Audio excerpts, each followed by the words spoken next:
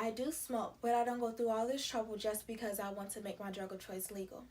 It's about personal freedom. We should have the right in this country to do what we want as long as we don't hurt anybody. Bob Marley. Marijuana, also known as cannabis, is a green, brown, or gray mixture of dried shredded leaves or stems, seeds, and flowers of the hemp plant Cannabis sativa.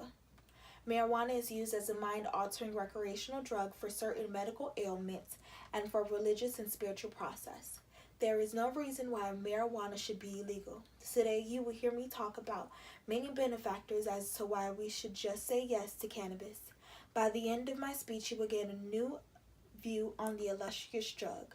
The Ayshanti from 3.5 years ago would never be an advocate for smoking or eating marijuana. I was under the notion it would kill brain cells and does nothing beneficial for the body. It was a windy night in January when my mind drastically shifted. We all deal with physical and mental issues on a daily. That smoking just one blunt, it can truly heal some of those issues, whether it is joint pain, IBS, or seizures. The main point we will discuss today relating to marijuana is its consumption and its health benefits, financial resources, and overall lifestyle. Let's jump on in. So let's talk about first how a joint a day can keep the doctor away. Marijuana has many health benefits. It can be an aid to epilepsy or in seizures.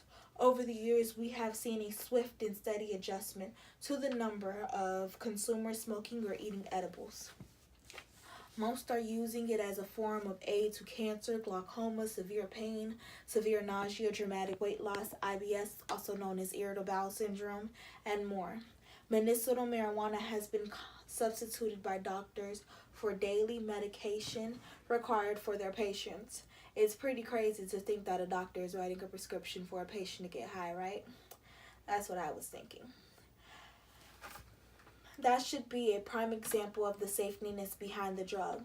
Alcohol and tobacco are illegal and are more harmful than marijuana.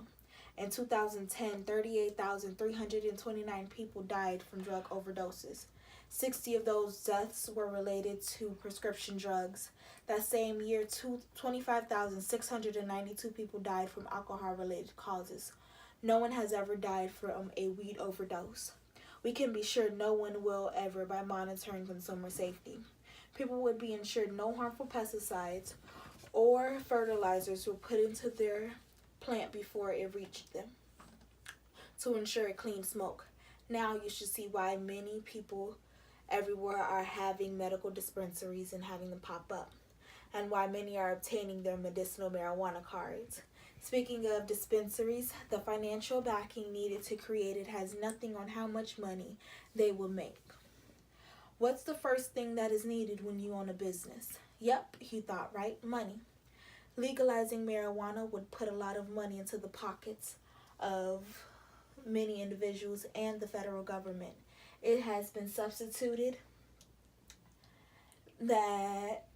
estimated that a steady growth of legalization through 2025 can lead to about 1.1 million jobs. All of that would go into the business from consulting firms, software developers that cater to the cannabis industry, financing and lending services, and construction firms tasked with building retail outlets and greenhouses. The list can go on.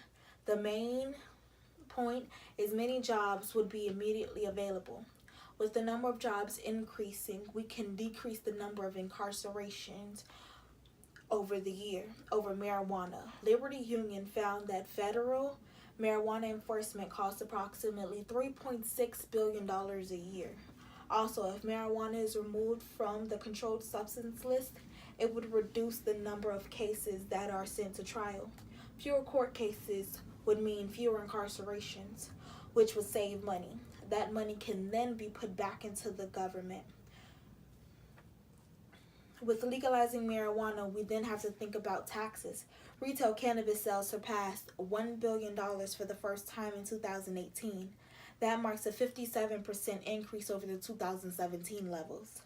Tax revenues have already exceeded the beer and wine industry, which quoted at $304 million to its $1.04 billion in tax sales for those states that have tax marijuana. Do you see how much money is inside the business? It will be great for the government because they can get their cut financially to keep the global market going. People will forever purchase marijuana. Some have to smoke just to get high, just to get through their day. It's a lifestyle habit they have. When you are high, you are at peace. No one really bothers you. In that mind space, you are more inclined to allow things to pass without a comment. You won't pick a fight, you're laughing, happy, hungry, and you go about your day. I attended my first Pride event this year. Waiting on the fireworks, my friend sparks a blunt. A complete stranger comes in and asks if he can hit and just starts a conversation. Two strangers became friends over a smoke session at Pride. How crazy does that sound? Not everyone smokes to get high. Some smoke so they can eat a meal. Not everyone has an appetite for food, but we must eat 2 to 3 times a day at minimum. Smoking just a little marijuana can get your stomach growling. It's an aid to get through the day, something that cannot be done by yourself. We need our medicine to help us function at 100%. In summary, I want you to remember these facts. Marijuana can help curb seizures, fewer court cases, leads to fewer incarceration, and it helps with relaxation and meditation. It's of earth, it has not been manipulated, so can you put a penalty on a natural herb? Thank you, everyone. My name is Ayshanti. Have a great day.